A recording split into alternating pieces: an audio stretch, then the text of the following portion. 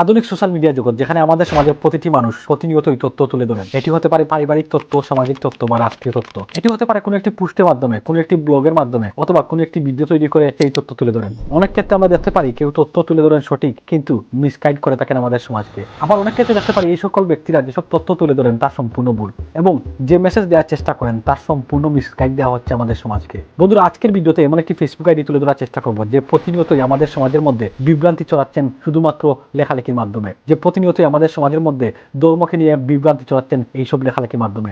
তার নাম হচ্ছে সোহানা খান। আর আজকে তার একটি পোস্টকে খণ্ডন করে আপনাদের কাছে তুলে ধরার চেষ্টা করব। এ ধরনের ফেসবুক আইডি বা পেজ প্রতিনিয়তই আমাদের সমাজের মধ্যে, আমাদের ধর্মের মধ্যে, আমাদের মানুষের মধ্যে প্রতিনিয়তই বিভ্রান্তি ছড়াচ্ছে।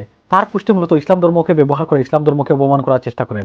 কোরআনে কিছু আয়াত, হাদিসের কিছু অংশ ব্যবহার করে মানুষকে বিভ্রান্তির মধ্যে ফেলে দেন। চলুন একটি পোস্ট দেখে আসি। তার এই পোস্টে তিনি বলেছেন, ছোটবেলায় আমি মুসলমান হয়ে উঠেছিলাম নাম, ঐতিহ্য আর বয় নিয়ে। আমার মা বলতেন, মা নামাজ না পড়লে আগুনে পুড়বি। মাদ্রাসা শিক্ষক বলতেন, কুকুর থাকলে ফেরেশতা আসবে না, গান শুনলে কান কাটবে। আমি ভয় পেতাম, কল্পনায় জাহান্নামের আগুনে জ্বলতাম, কিন্তু কোথাও শান্তি পেতাম না। আমি নামাজ পড়তাম, রোজা রাখতাম, হাদিস পড়তাম, তবুও মানুষের প্রতি মমতা, প্রাণীর প্রতি দয়া, চিন্তার স্বাধীনতা কিছুই পাইনি। আমি দেখলাম মসজিদের খতিব মানুষকে কাফির বলছেন, ফতুয়াবাজ হুজুর মেয়েদের মুখ ডেকে রাখতে বলছে। একদল আলেম অন্য দলকে গুমরা বলেই মঞ্চে উঠছে। এক দেশে একদল শিয়া, এক দেশে সুন্নি, আর উভয়ে একে অপরকে হত্যা করছে। আমি দেখলাম ইরাক, ইরান, সিরিয়া, ইয়েমেনে মুসলিমকে মারছে। আমি মসজিদে শান্তির বলি, বাস্তবে বিভেদের দেওয়াল। আমি কোরআনে ফিরে এলাম। একদিন হঠাৎ এক আয়াত আমার হৃদয় কাঁপিয়ে দিল। ধর্মে কোনো জবরদস্তি নেই, সূরা বাকারা। তোমরা দলাদলি করো না, সূরা আল ইমরান। আল্লাহ নেয়া বিচার, সদাচরণ এবং আতিথ্যের দান করতে বলেন, সূরা নাহল। আমি বুঝলাম আল্লাহর বাণী কোনো দলে নয়, কোনো মাযহাবে নয়, এটা তো সরাসরি হৃদয়ে পৌঁছায়। কোরআন আমাকে মুক্ত করলো। আমি আর দাঁড়িয়ে দাঁড়িয়ে শুধু সালাত গুনতে পারি না, যেখানে আমার হৃদয় অনুপস্থিত। আমি এখন জানি ইসলাম মানে শুধু নামাজ নয়, ইসলাম মানে ন্যায় বিচার,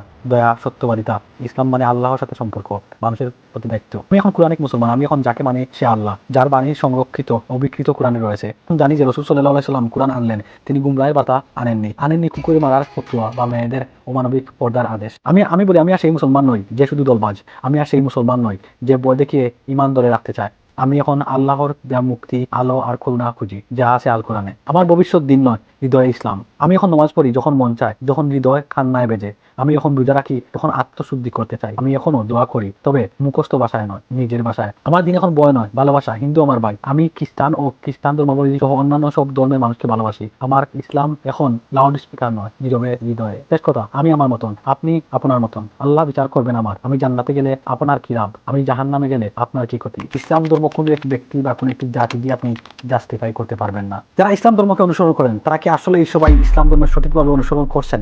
যদি সত্যিকার অর্থে অনুসরণ করে থাকেন, তাহলে রাসূল সাল্লাল্লাহু আলাইহি ওয়াসাল্লামের এই হাদিসটি আপনি কিভাবে নেবেন? ইহুদিরা ৭১ ভাগে বিভক্ত হয়েছে, খ্রিস্টানরা ৭২ ভাগে, আর আমার উম্মত ৭৩ ভাগে বিভক্ত হবে, যার মধ্যে ৭২ দল জাহান্নামে যাবে। সুতরাং যেখানে রাসূল সাল্লাল্লাহু আলাইহি ওয়াসাল্লাম বলেছেন আমার উম্মতের ৭৩ দলের মধ্যে ৭২ দল জাহান্নামে যাবে, তার মধ্যে একদল জান্নাতে যাবে, তাহলে এই সকল যে ৭২ দলের মানুষ রয়েছেন তারা কারা? সুতরাং সোহানা খান, আপনার যদি কমন সেন্স থেকে থাকে তাহলে আপনি বুঝতে পারবেন যে এখানে যাদেরকে আপনি মেনশন করছেন তার মধ্যে অনেক ভালো মানুষ রয়েছে, অনেক খারাপ মানুষ রয়েছে। অনেকেই ভুল কাজ করছেন, অনেকে ভালো কাজ করছেন, অনেকেই ইসলাম থেকে আপনার মতো সরে যাচ্ছেন। আপনি বলেছেন মসজিদের খতিব মানুষকে কাফির বলেছেন। এটি হচ্ছে আপনার শিক্ষার এবং বুঝার ভুল, যার জন্য আপনি এভাবে ধারণা করছেন। যদি মসজিদের খতিব কাউকে কাফির বলে থাকেন, তাহলে অবশ্যই তিনি কোনো একজন স্পেসিফিক ব্যক্তিকে অথবা কোনো একটি স্পেসিফিক জাতিকে কাফির বলেছেন। যেমনটি মহান আল্লাহ তাআলা সূরা আনকাবুতে বলেছেন, যারা আমার আয়াতসমূহ অস্বীকার করে তারা হচ্ছে কাফির। এখন আপনি যদি বলেন আমি সবাইকে কাফির বলেছি, এটি হচ্ছে আপনার মূর্খতা, আমার ব্যর্থতা নয়। ইসলামে নিজের ইচ্ছা মতো কাউকে কাফির ফতোয়া দেওয়া জায়েজ নয়। যেমন রাসূল সাল্লাল্লাহু আলাইহি সাল্লাম বলেছেন, যে তার ভাইকে কুফরি অপবাদ দেয় অথচ সে তা নয়,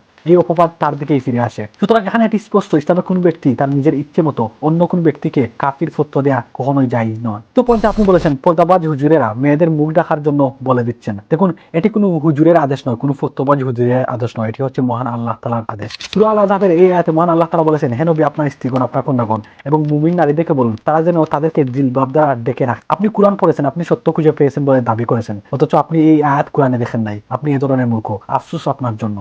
চতুর্থ পয়েন্টে আপনি ক্লেম করেছেন শিয়া সুন্নিকে মারছে, অর্থাৎ একজন মুসলমান অন্য মুসলমানকে মারছে। দেখুন, আপনি রাসূল সাল্লাল্লাহু আলাইহি সাল্লামের এই হাদিসটিও হয়তো দেখেননি, যেখানে তিরমিজি শরীফে বলা হয়েছে ইহুদি নাসারাও বিভক্ত হয়েছিল আর আমার উম্মতেরাও বিভক্ত হবে। আপনি হাদিস পড়েছেন, আপনি কোরআন পড়েছেন, কিন্তু এই হাদিস, এই কোরআনের আয়াত আপনি কখনো চোখে দেখেন নাই। আপনাদের মতো মুসলমান যারা কিনা নিজেদেরকে মুসলমান বলে দাবি করেন, নিজেদেরকে বিবেক বুদ্ধিদীপ্ত বলে মনে করেন, বাস্তবিকতে আপনারা হচ্ছেন জাতীয় মূর্খ, যারা কিনা সত্যকে সবসময় লুকায়িত করেন, সত্যকে না দেখার বান করে মানুষকে বিভ্রান্তির মধ্যে রাখেন। এখন চলুন, তিনি যেসব উত্তর পেয়েছেন কোরআন হাদিস কেটে এবং সেখান থেকে যে ধর্ম তিনি আবিষ্কার করেছেন, যে উত্তরগুলো পেয়েছেন সেই উত্তরগুলো খণ্ডন খণ্ডন করার চেষ্টা করব। তিনি পর্দাকে নরমালাইজ করার জন্য সূরা আল বাকারার একটি আয়াত তুলে ধরেছেন। ধরবে কোনো জবরদস্তি নেই। মত হচ্ছে এই আয়াতটি পর্দার আয়াত নয়, পর্দার আয়াত সূরা আল আযহাবের আমি পূর্বেই তুলে ধরেছি। সূরা আল বাকারার এই আয়াতটি যা তিনি তুলে ধরেছেন তা আমি সম্পূর্ণ আপনাদের কাছে তুলে ধরছি। ধর্মের ব্যাপারে কোনো জবরদস্তি নেই। সত্যপথ স্পষ্টভাবে ভ্রান্ত পথ থেকে পৃথক হয়ে গেছে। সুতরাং যে তাগুতকে অস্বীকার করে এবং আল্লাহর প্রতি ঈমান আনে সে এমন এক দৃঢ় বন্ধন ধারণ করে যা কখনো ছিন্ন হবে না।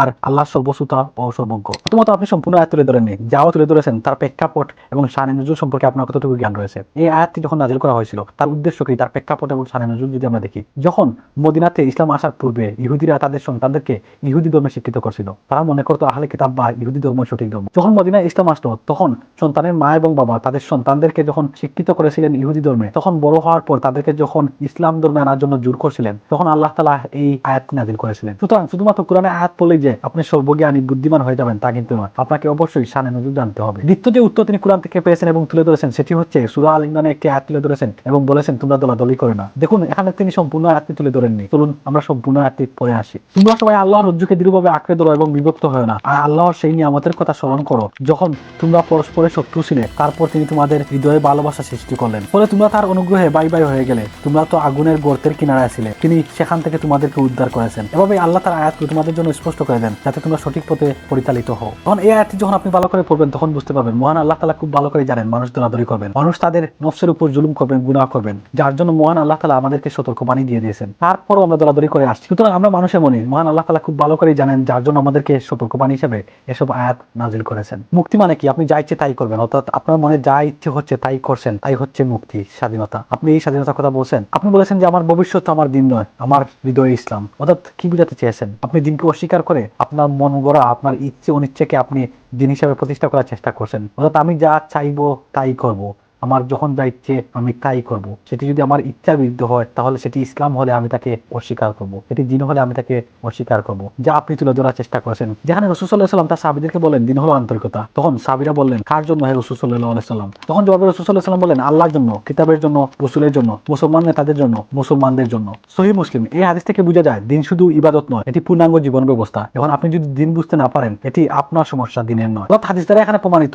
দিন কি, তারপরও আপনি আপনার ইচ্ছা স্বাধীন মতো কাজকর্মকে দিন হিসাবে প্রতিষ্ঠা করার চেষ্টা করছেন। আপনি বললেন আপনি নামাজ পড়েন যখন আপনার মন চায়, আপনি রোজা রাখেন যখন আপনার আত্মার আত্মশুদ্ধি করতে চান। এটার নাম ইসলাম নয়, এটার নাম ঈমান নয়, এটার নাম কুরআন নয়, এটার নাম হাদিস নয়। এটি হচ্ছে শয়তানি, বন্ডামি, নষ্টামি, যা আপনি তৈরি করার চেষ্টা করছেন, যা আপনি প্রতিষ্ঠিত করার চেষ্টা করছেন। সুতরাং বন্ধুরা এই পোস্টটা প্রতিনিয়ত এ ধরনের পোস্ট করে মানুষকে বিভ্রান্তির মধ্যে রাখছেন। আপনারা হয়তো মনে করতে পারেন আমি কিসের জন্য এই ব্যক্তির পোস্ট নিয়ে আজকে ভিডিও তৈরি করলাম। শুধুমাত্র সতর্কতার জন্য। এই ব্যক্তির পোস্ট যখন আপনি দেখবেন, তার কমেন্টগুলো যখন দেখবেন, তখন আপনি বুঝতে পারবেন আমাদের সমাজের বেশ কিছু নারীরাই প্রতিনিয়তই তার পোস্টে কমেন্ট করে যাচ্ছেন সে যা বলছে তার সম্পূর্ণ ঠিক। শুধুমাত্র আবেগকে ব্যবহার করে কিছু যুক্তি এবং তর্ক এখানে এনে মানুষকে বোঝানোর চেষ্টা করছে যে সে যা বলছে তার সম্পূর্ণ সঠিক। নারী হচ্ছেন আবেগী জাতি, যাদেরকে খুব সহজেই শয়তান ধোঁকা দিতে পারে। আর এই নারীর দ্বারা প্রতিনিয়ত ফেসবুকে ধরনের পোস্ট নেওয়া হচ্ছে আমাদের নারীদেরকে ইসলাম ধর্ম থেকে সরিয়ে নেওয়ার জন্য, যা হয়তো আপনি কমেন্ট বক্সে গেলে খুব ভালো করেই বুঝতে পারবেন।